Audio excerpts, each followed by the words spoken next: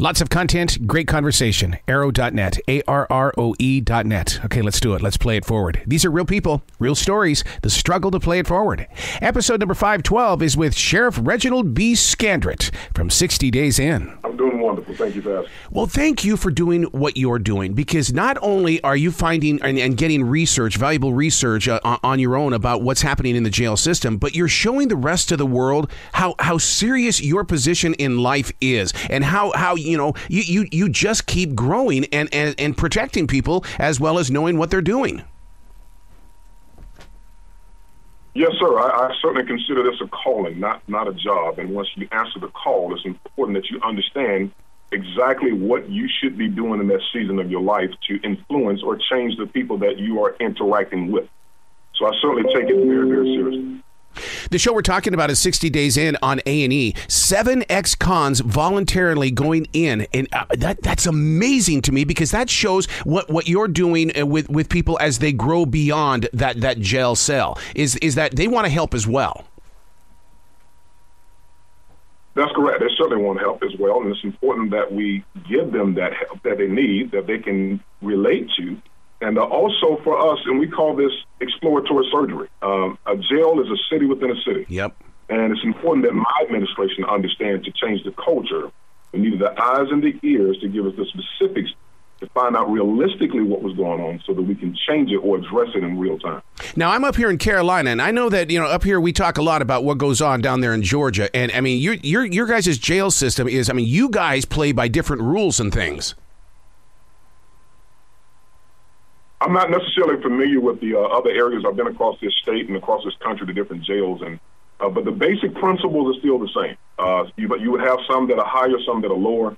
With respect to where we are here, it's important to note that this is all about changing a culture and making sure that we raise level of consciousness with respect to where law enforcement should be in the 21st century. And we're doing a consistent chopping the wood work here to make sure that we have the personnel that understands that, to make sure that we raise levels of consciousness, not only internally, but with respect to the community, so that we can develop relationships along the way.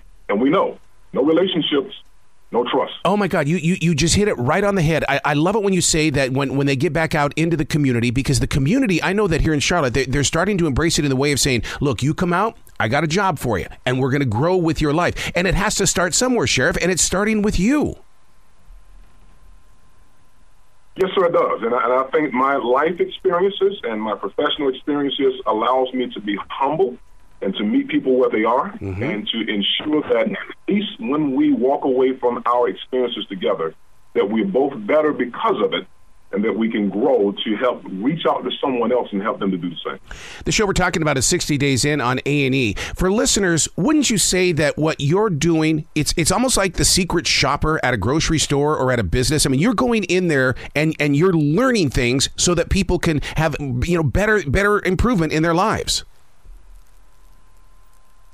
That's correct. I mean, holistically, there is so many areas that we need to attack here with respect to the cleanliness of the jail, the mental output of the inmates that come here, and whether or not they're able to deal with where they are from a clinical perspective, and whether or not our officers are able to deal with the challenges that they look at day to day or experience day to day and be able to clinically unpack that. And so it is challenging across the board, and it's important that we address that professionally and systematic and methodically along the way, quite frankly. We talked about the 7 ex-cons voluntarily going in. Do average everyday people reach out to you, Sheriff, and say, hey, look, I want to be a part of this as well? But the thing is, I know personally, I probably couldn't last 6 days. No, it was a partnership between myself, A&E, and Lucky 8. We had an opportunity to screen some people who we thought had the pedigree at this point in their life to help us in our task-specific mission. And once we did that, we got a group of people, the 7 that you would see and experience during this time frame on 60 Days In, that I believe got us some valuable information so that we can grow and be better because of it. So now, what can the community do for you? Since you're doing so much for us to make sure that things are safer and all that, what can we do for you, Sheriff?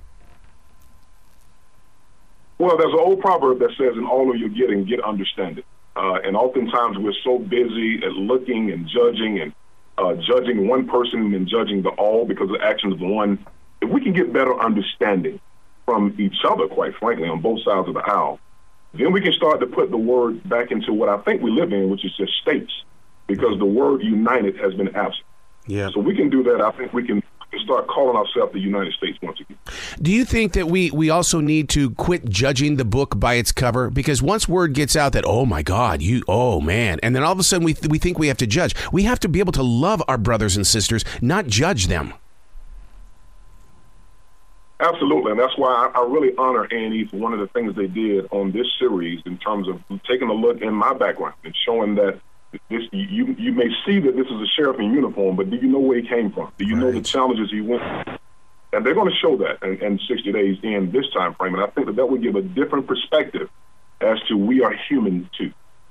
How do you keep the show so real in the way that, I mean, it's almost like Scared Straight, that documentary that we had when we were younger. But I mean, the show is so real, and you do not glorify what life is like in jail. You just keep it so down to earth real. Right, and the jail is not a Marriott, and you have people that are coming here, unfortunately, at a time frame in their life that they're having challenges, or more specifically, they've broken the law. And when you put those people into one building, you will have challenges. Yep. But it's incumbent upon us as professionals to make sure we separate the wheat from the chaff, quite frankly, to make sure that we have order inside and that we consistently calm the water. When you say that you break up the groups and stuff like that, is that because we're a changing nation right now in the way that with this looming recession, with poverty growing and things like that in this country, there are people that are going to make their way to jail that really, they made the crime because they were just trying to survive, sir? That's true. That may be one of many reasons that people choose to break the law, but yet for the grace of God, there go I. Yeah. And so I know that there are a lot of challenging things that people go through and probably would say that they would never do some of these type of things, but then they wind up in these type of situations, and then here we are. Yeah. Thus, one of the many reasons that we have this type of job in law enforcement, to be here as a beacon of light during these time frames that are challenging in their lives. Well, this community needs you, and I can't thank you enough, Sheriff, for doing what you do. I'm honored, sir, and thank you so much for having me. You bet. You come back anytime. The door's always going to be open for you, Sheriff. Yes, sir. No problem at all. Thank you so much.